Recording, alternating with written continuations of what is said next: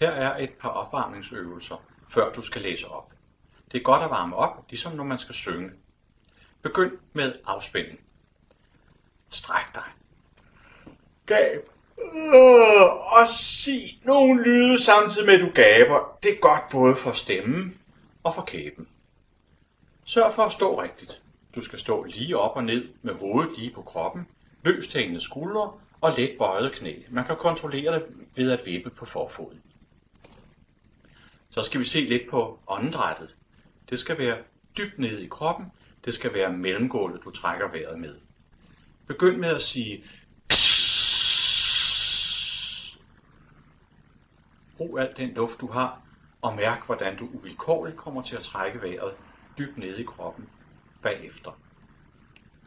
Du kan også gøre det med rytmiske øvelser og sige ah, ah, ah, i, y, u. Så vil vi se lidt på artikulationen.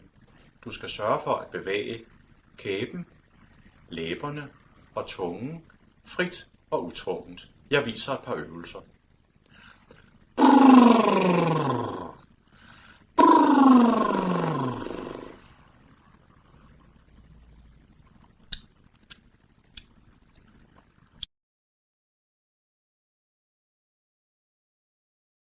Wow, wow, wow.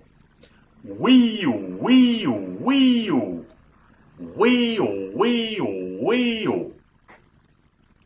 Det kan være, at du skal varme op 5-10 minutter. Det må ikke føles ubehageligt i halsen. Du må ikke spænde, mens du varmer op. God fornøjelse.